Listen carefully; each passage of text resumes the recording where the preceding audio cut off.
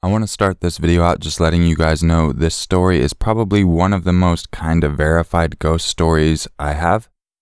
I met this person through my channel years ago, and we've actually been friends on Facebook since, and they submitted a story years ago on Urmaker, and there was so much documented history on the haunting of this place that people found her address and were posting it in the comments there.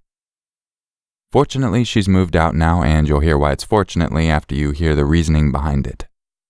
Also, her story has appeared on Dead Files. At the end of the video, I'll tell you which episode. So if you're into true ghost stories, this is exactly what you're looking for. Thank you, Carol. Much love to you and the fam. It's hard to believe that my family and I have lived in our new house for 2 months. It has been so peaceful and quiet here, and we actually feel safe. Home is supposed to represent all of these things, but for the last 4.5 years we lived in a house that was anything but safe and peaceful. It was supposed to be our dream home, a 16.5-acre boarding stable with 30 stalls and huge indoor and outdoor arenas. Our plan was to renovate the house that was more shabby chic than shabby chic, and also fix up the stables and pastures and run a small boarding business. That was the plan. But unfortunately, our dream quickly became a nightmare that in the end threatened our very lives. I always thought of myself as a fairly rational person. It's not that I didn't believe in the paranormal, I just never had any of my own experiences, so let's just say I was cautiously skeptical. I'd watch those ghost hunting shows and wonder why they would stumble around in the dark trying to provoke the spirits to attack them and scream like little girls at every creak and moan. I have to admit it made me roll my eyes just a little. As I found out soon enough, it certainly did not have to be dark out to get attacked or have paranormal experiences. Where to begin? I guess I'll start with my first experience. It was about 2 weeks after we moved into our home. We were in full construction mode. I had gone grocery shopping and set a rotisserie chicken in its plastic container on the kitchen table and was putting away my other groceries. I looked away for a second and it just disappeared. I do have 2 dogs, but they never snatched food from the table and there was never a trace of it ever found, and we looked everywhere in the house and even in the barn. Then personal items like clothing or car keys would go missing, only to be found in places we would never have put them or just never reappearing again. This was maybe frustrating and a bit unnerving, but we tried not to dwell on it. So we opened our boarding business and we quickly filled up, but we were plagued with all sorts of problems with horses running through the fencing and strange wounds were appearing on their bodies. Normally quiet and docile horses were violently spooking and throwing their riders.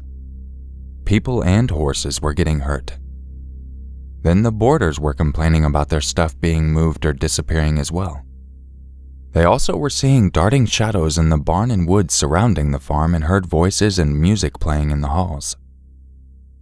My husband and I had all these experiences too. We reached out to mediums, priests, and ordained ministers who repeatedly blessed and exorcised our home and stable, but nothing helped.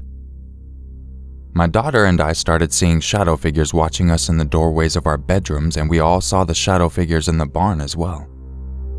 We were getting strange scratches and bruises on our bodies and suffering with horrible headaches and fatigue.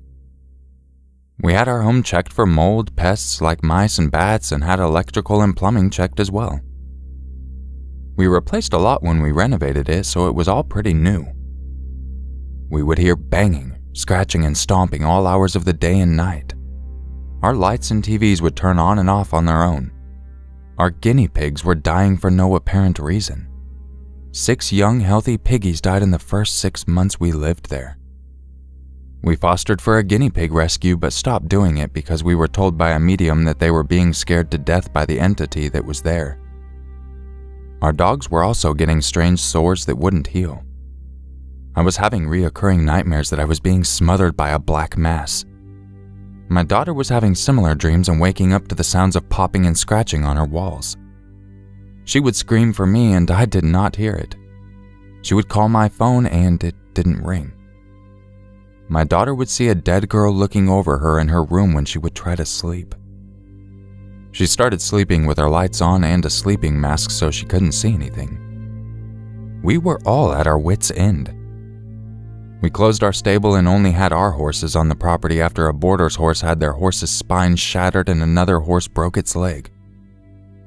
We knew something really bad was going on and we just couldn't risk anyone else's horses getting hurt.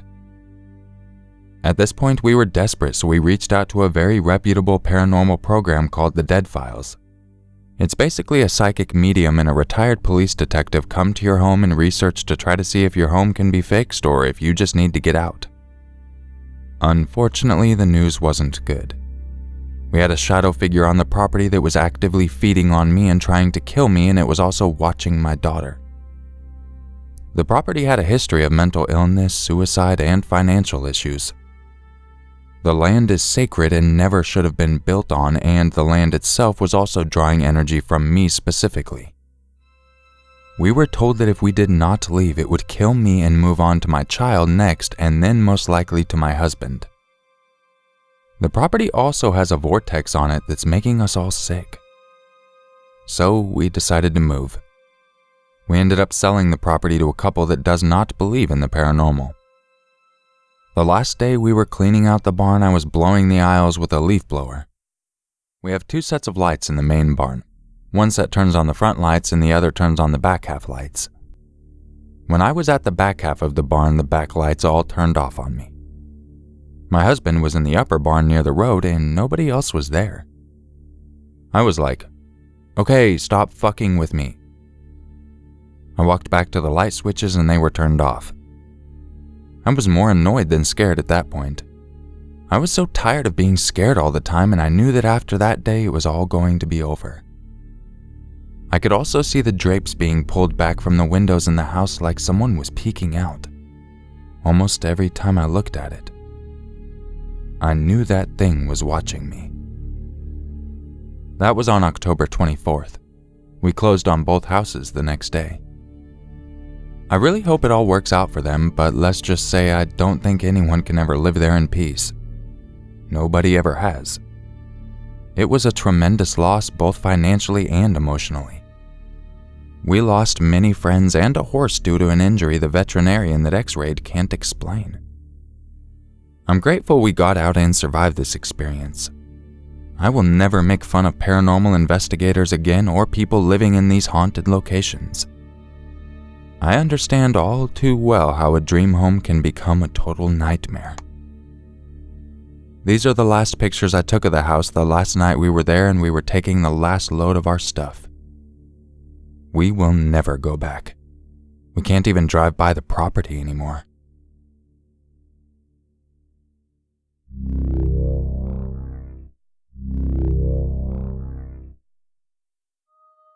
If you enjoyed this video, don't forget to leave a like, share it with your friends, all that good stuff. And if you would like to help support the channel, I would recommend checking out the Patron link in the description, or you can become a channel member by clicking the join button. Both of those options give you some exclusive content and some really cool perks, so I would look into it if I were you and you're looking for more content. Okay, so this story, like I said, was submitted from someone I've actually known a very long time.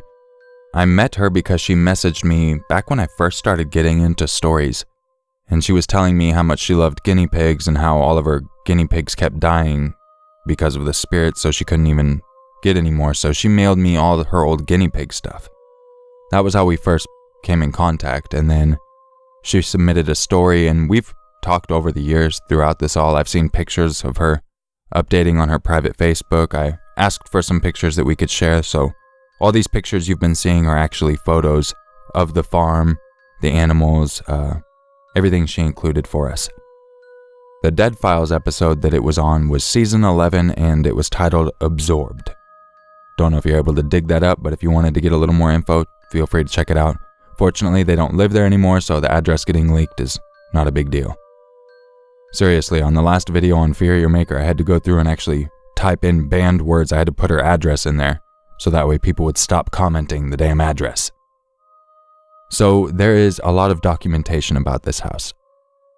Carol, once again, I really do appreciate you sharing your stories, and I'm so glad you guys got in your new place, and it looks amazing. That hot tub in the house is fucking amazing. I'm so jealous, god damn it.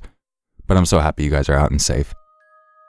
Happy late birthday to your daughter too, by the way. I did see that. What, 16? Happy 16th birthday. I appreciate everyone listening to this video, and I will catch you in the next one. And just remember to watch your back, because you never know who or what is watching you. Bad bye.